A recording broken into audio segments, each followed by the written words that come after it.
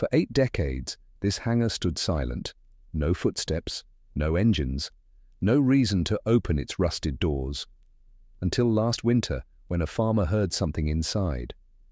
What he found should not exist.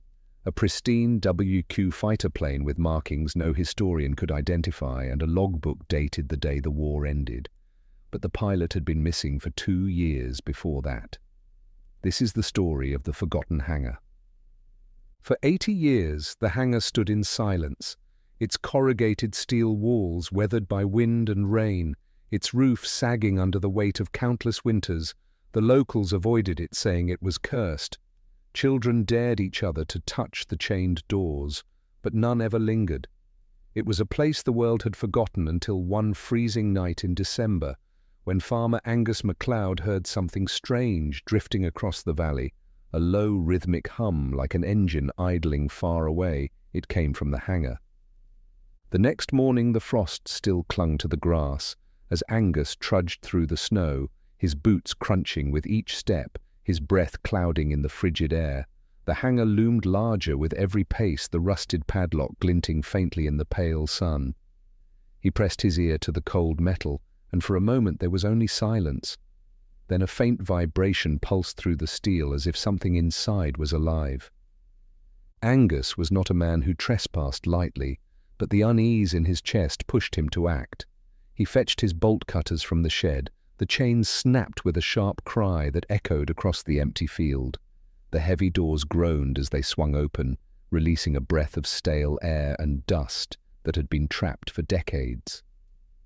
Inside, the dim light filtered through grime-coated skylights, and in the center of the hangar sat a plane, not a wreck, not a rusted relic, but a WWII fighter, its paint still vibrant beneath a thin layer of dust, its tires fully inflated.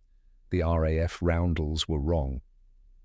The colors slightly off, the proportions unfamiliar, and on the fuselage was a silver falcon clutching a lightning bolt, a symbol Angus had never seen before.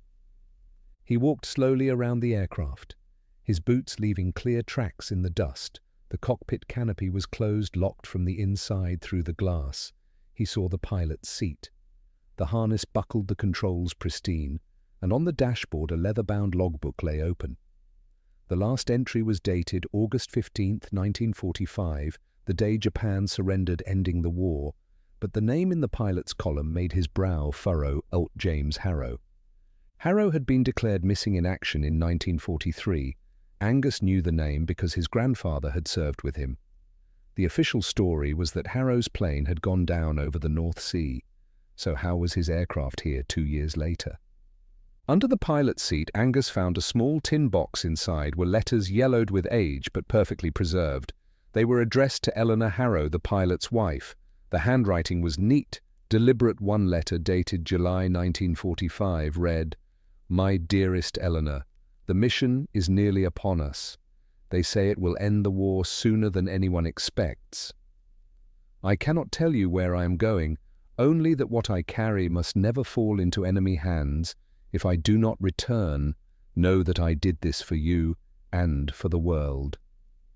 The plane's cargo hatch was sealed with wax, stamped with the same silver falcon emblem. Angus hesitated, breaking it felt like crossing a line, but the hum was back stronger now. It seemed to be coming from inside. He broke the seal.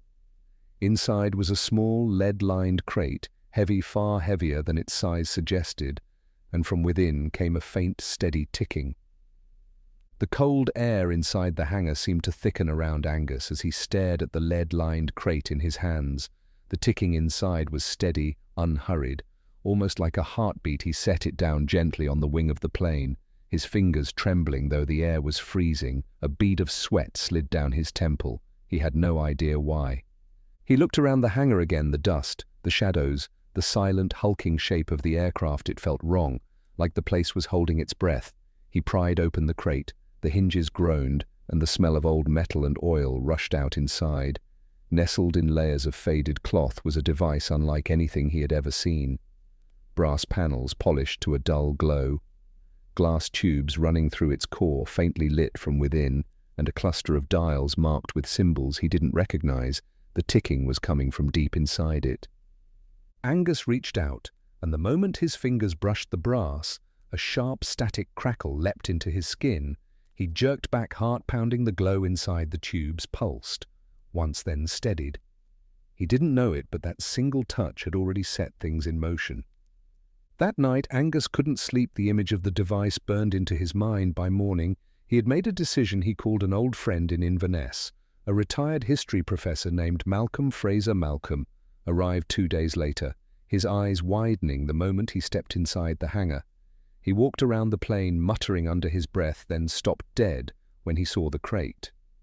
He crouched beside it, his hands hovering over the device without touching it. His voice was low, almost reverent. "This is not standard RAF equipment, not even experimental for the time. This is decades ahead of anything they had in 1945. Malcolm asked if Angus had told anyone else. Angus shook his head. "Good," Malcolm said, "keep it that way." Over the next week, Malcolm returned with books, photographs, and a battered leather satchel full of old military files he had pulled from archives in Edinburgh. He showed Angus a grainy black and white photo of a group of pilots standing beside a similar plane, the same silver falcon emblem on the fuselage. The caption read, "Project Aegis 1943 classified." According to Malcolm's research project, Aegis was a top-secret program run jointly by the RAF and a shadowy branch of the British government. Its purpose was unclear, but scattered references hinted at advanced navigation systems and something called temporal displacement. Angus didn't understand the term, but the way Malcolm's voice tightened when he said it made his stomach knot. One evening as they worked in the hangar, a pair of black cars rolled up the track, their headlights cutting through the mist. 3 men in dark coats stepped out, their shoes crunching on the gravel. They introduced themselves as representatives of the Ministry of Defence. Their tone polite but firm.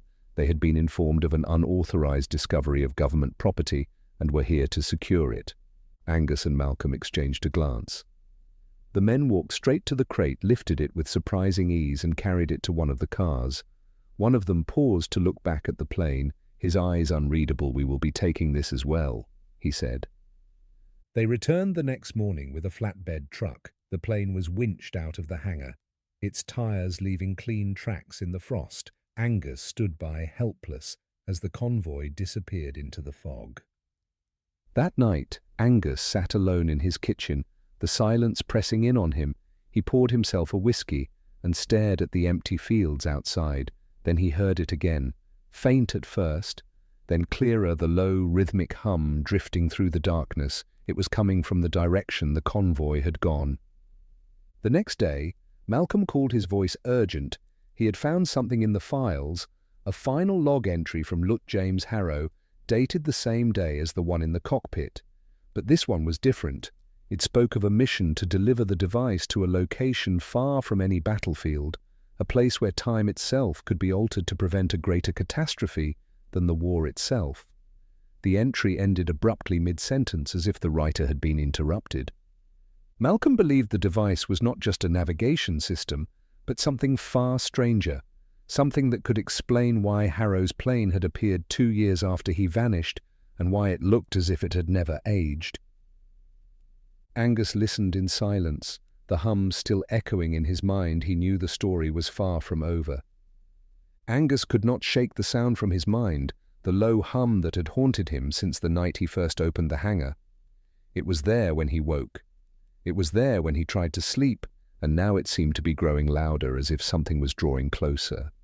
He walked the empty fields in the early dawn mist curling around his boots, the frost crunching underfoot. And in the distance he thought he saw a shape moving through the fog. A dark outline gliding low and silent. Malcolm arrived at his door, pale and breathless. He had been followed, he was sure of it. Black cars in the rear-view mirror, men in coats standing too long outside the cafe where he stopped for tea. He clutched a folder to his chest. Inside were copies of the Harrow files, photographs of the device, and a map marked with a single red X far to the north, on a stretch of coastline battered by the North Sea. Malcolm believed this was the destination Harrow had been trying to reach the night he vanished. They decided to go before anyone could stop them. Angus loaded supplies into his old truck. The wind howled as they drove north, the road narrowing into a ribbon of cracked tarmac between cliffs and sea spray. By nightfall, they reached the coordinates. The map had given them a crumbling concrete bunker, half buried in the cliffside, its rusted door hanging open.